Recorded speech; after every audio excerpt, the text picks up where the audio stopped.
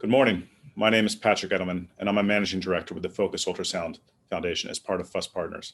I have the distinct honor of introducing our keynote speaker today, a true titan of the MedTech industry, Omar Ishrak. Omar was CEO of the world's leading medical technology company, Medtronic, from 2011 through April 2020, and serves as chairman of the board of directors at Intel and is on the board of directors of the Cleveland Clinic. Under Omar's guidance, Medtronic is now executing on the strongest technology pipeline in company history, bringing to market a long list of innovations that will improve the lives of patients around the world and help healthcare systems become more efficient.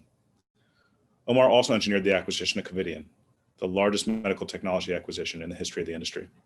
Prior to joining Medtronic, Omar spent 16 years at GE Healthcare Systems, where he was president and CEO. Earlier in his career, Omar amassed 13 years of technology development and business management experience, holding leadership positions at Diasonics, BingMed, and various product development and engineering positions at Philips Ultrasound. He grew up in Bangladesh and earned a Bachelor of Science and PhD in Electrical Engineering from the University of London, King's College.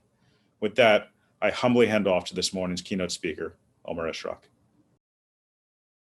Hey, well, good morning, everyone, and it's a real pleasure to be able to speak to this group. I was invited by Neil Kessel, and it's an area that I've got some interest in, but I was asked to really share with you the focused ultrasound from a medical device perspective. So that's what I'll try to do. Let me start, though, first by talking about, healthcare technology itself. And, there's two things that we should always remember about healthcare technology. One is that in the end, healthcare technology is there to improve an outcome of a patient. And our overall quest in the world for everybody to improve clinical outcomes will simply never end. You'll always want to live longer, live healthier, get cured from illnesses more easily and more quickly. So our quest to improve clinical outcomes is not going to stop at the end of this decade or at the end of 20 years. It's going to go on forever. And what will happen 100 years from now is unimaginable compared to what we have today. But that quest will continue. In the same way, the progress of technology will also continue. You'll get faster computers, you'll get smaller computers, you'll get new types of materials, you'll do all kinds of technology things that we don't know what we can do today. And so the two together, our quest to improve clinical outcomes and our ability to use technology as it progresses, means that healthcare technology is in the end a growth market.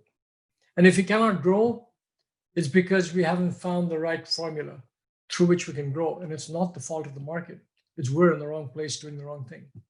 So I wanted to start off with that and give you the assurance in focused ultrasound that indeed is a technology through which we are attempting to improve clinical outcomes.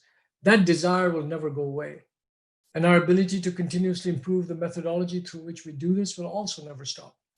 And through that, we can only grow the market, first create the market and then grow it. So with that, let me talk a little bit about Medtronic. But this is the only slide that I really have about Medtronic as a company. And I put this in here because, we have a mission statement, and the mission statement is inspirational, and that's great in its own right. But it also defines a strategy. And the strategy says that we are a biomedical engineering company aiming to alleviate pain, restore health, and extend life. In other words, we're a technology company dedicated to improve patient outcomes. So those two vectors of technology constantly growing and patient outcomes always improving are vectors that are right in line with Medtronic. And indeed, the founder of Medtronic, Earl Bakken, not only started Medtronic, he started the entire MedTech industry. And MedTech in general, they may not call it with the same mission statement and all of that, but in general, MedTech companies have the same view. And I'm sure all the listeners here who are working on focused ultrasound and trying to do this, you can frame your company in these words, that you're a technology company aiming to improve patient outcomes. And it's important to think about that the focus of MedTech is outcomes, and it doesn't finish with diagnostics alone. So innovation and technology falls right in the middle of our sweet spot. And innovation in MedTech falls into three phases. The first phase is to create a market, from scratch. And again, back to your example in focused ultrasound, most of you are in fact creating new markets. It only starts there. When you finish creating the new market, the beauty of engineering and in MedTech is that we can continuously innovate, continuously enhance our outcomes and the cost position, not only our own cost, but the cost of delivering the care, because the outcomes are better over time. And the products that are first released are continuously improved, and they get much better over time. That is actually pretty unique to medical technology in the medical world, in the clinical world. Pharmaceuticals don't have that. You also invent new markets with pharmaceuticals, but once you invent it and you create a market, you don't upgrade the same pharmaceutical product. You create a new one, brand new one, with the complete cycle of market development. In MedTech, you can continuously innovate, which makes these products better, and that gives us a scenario of continuous innovation and growth. And eventually, you run out of steam there. You've gone in a certain direction, and you disrupt. You come up with new ways of doing things. And this is a process that we all run. All of MedTech runs in parallel across multiple therapy systems. Medtronic started with the pacemaker, and that innovated, it got disrupted. All kinds of things happened in that journey, which I don't need to go into, but I think you'll understand what I'm trying to get at. It's important to appreciate these three phases. Now, to achieve this impact at scale, though, certain things have to happen. That the technology to start with has to work. And then the clinical evidence that proves that the technology works has to be gathered. Once that's done, you have to get regulatory approval. That means you have to convince the regulators that that clinical evidence that you've gathered is indeed appropriate and that there are no other risks that you haven't seen.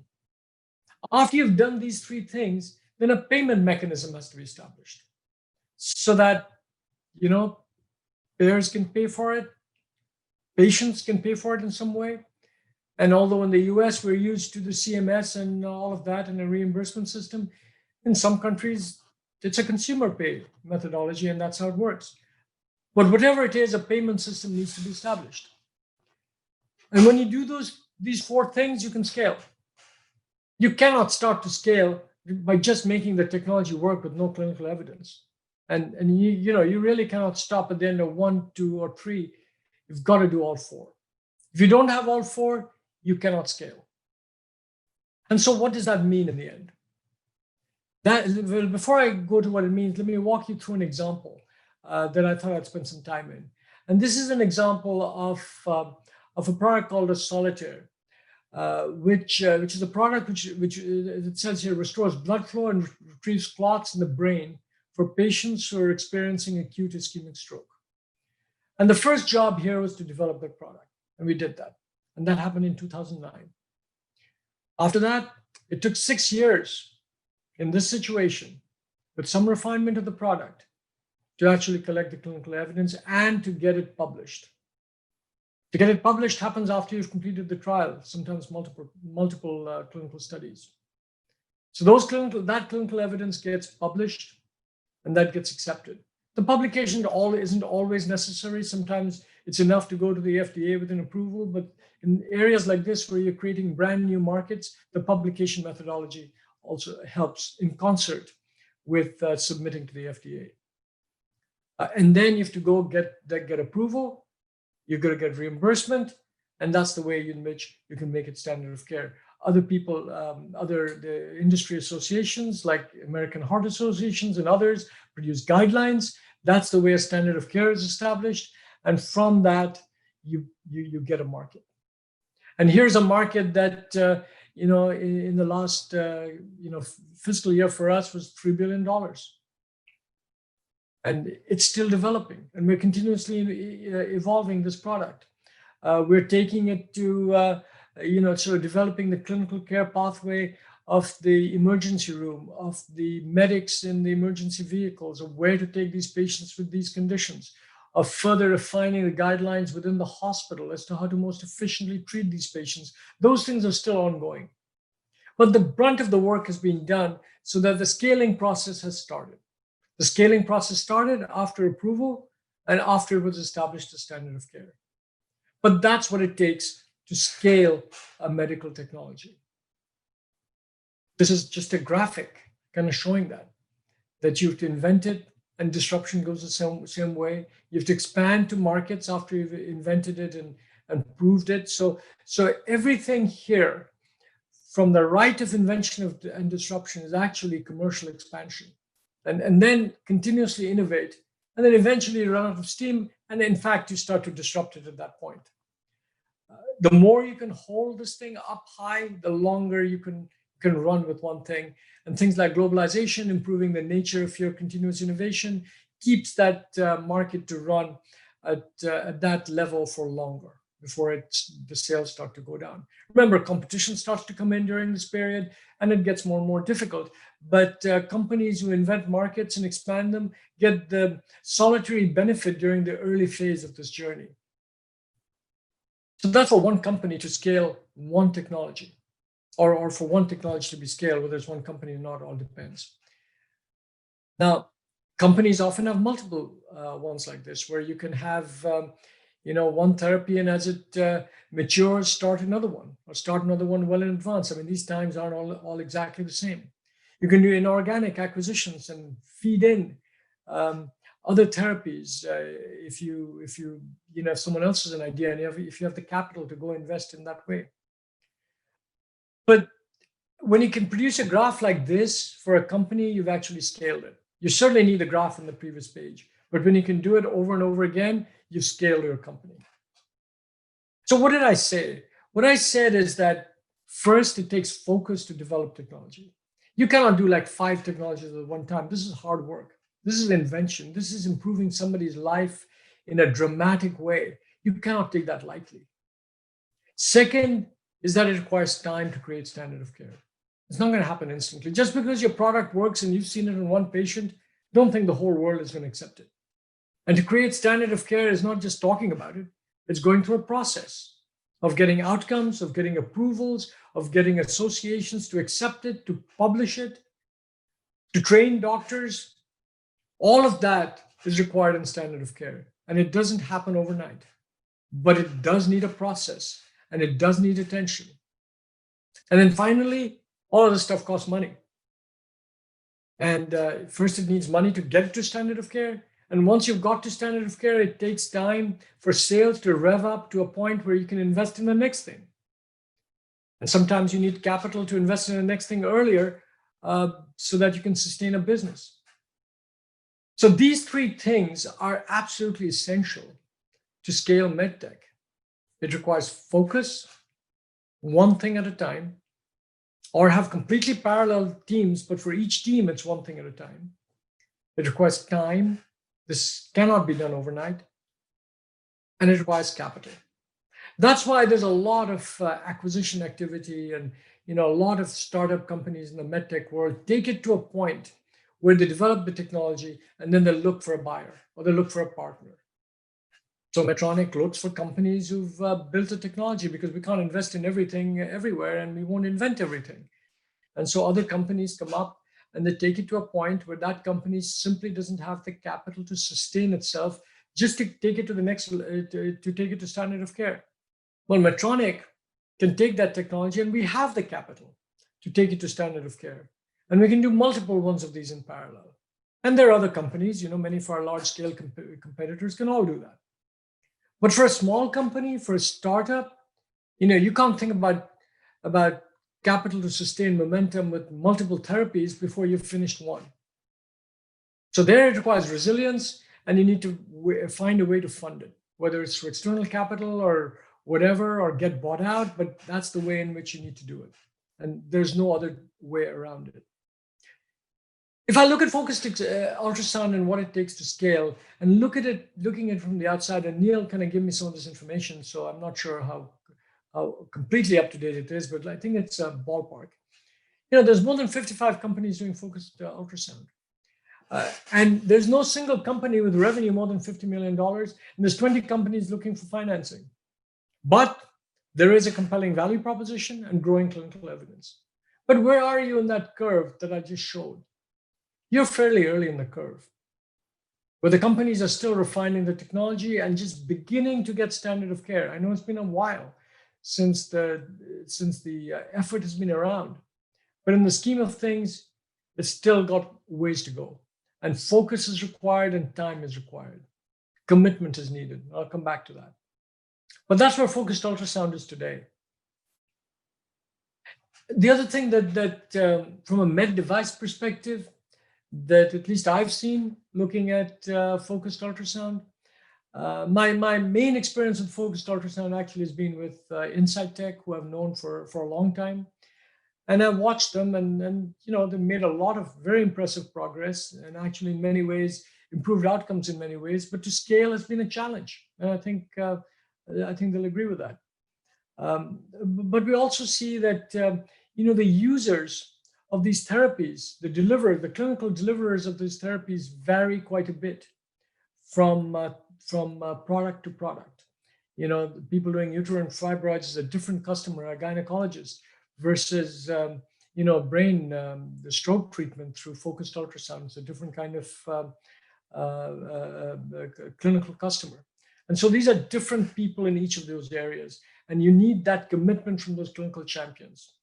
The other thing that I've noticed a little bit, and I don't want to over make this point, but the imaging guidance in focused ultrasound is not with interventional fluoroscopy generally. It's usually done with MRI from what I've seen, or it's done with pre-acquired images in some instances, or it's done with ultrasound in some cases, ultrasound imaging in some cases. You know, MedTech in general uses interventional fluoroscopy quite a bit, where the interventionists themselves are aware of the therapeutic nature. If you don't go with that methodology and you have to go with someone else and you have to go where the therapy takes you, then the diagnostic imaging specialists have to get involved. And, you know, that's a further group of stakeholders who you have to bring on board. And that requires a little extra work. But you can't limit that. The process of getting reimbursement gets complicated by that, because then you've got to pay for the diagnostic imaging as well as the therapy itself, and you've got to figure out a way to do that. In general, this therapy is outside the comfort zone of scaled medical device companies, because the scaled medical device companies who can go and kind of buy one of these and scale them, it is outside the comfort zone. This is not what they normally do. But there are many out there with interesting possibilities, and I encourage you all to stay committed, to keep driving this thing. You've got to find a way to get enough capital to fund yourselves, but you've got to have the patience and perseverance. You've got to be creative, and you can get there. There's fundamentally, you've got all the elements for success. You need time and you need commitment. I mean, without that, this isn't going to happen. And you need focus, commitment, time. You need to be creative. You need to work with your partners, and you'll get there. And, you know, the acquisition route is one, but in this area, there may be one at some point, but you do have some barriers of being outside the natural comfort zone of the scale medical device companies. I think that's all I'll say right now. I hope this has been useful to you. I just wanted to share some of my thoughts. I've only got very limited knowledge of focused ultrasound, but I do think that the efforts needed to scale this type of therapy are pretty consistent with what I've talked about, of being able to create the technology to get clinical evidence, to get regulatory approval, to get reimbursement, are 4 steps that you need. And don't try to shortcut them. Don't try to do 3 things at one time, because you need, unless you have a lot of money. And be prepared and be committed, and you'll make a big difference. And never forget the fact that the growth of technology will continue, and the desire for improved outcomes will always stay there. So with that, I want to thank you very much. Thank you, Neil, for inviting me, and I hope to meet with many of you at some time in the future. So thanks.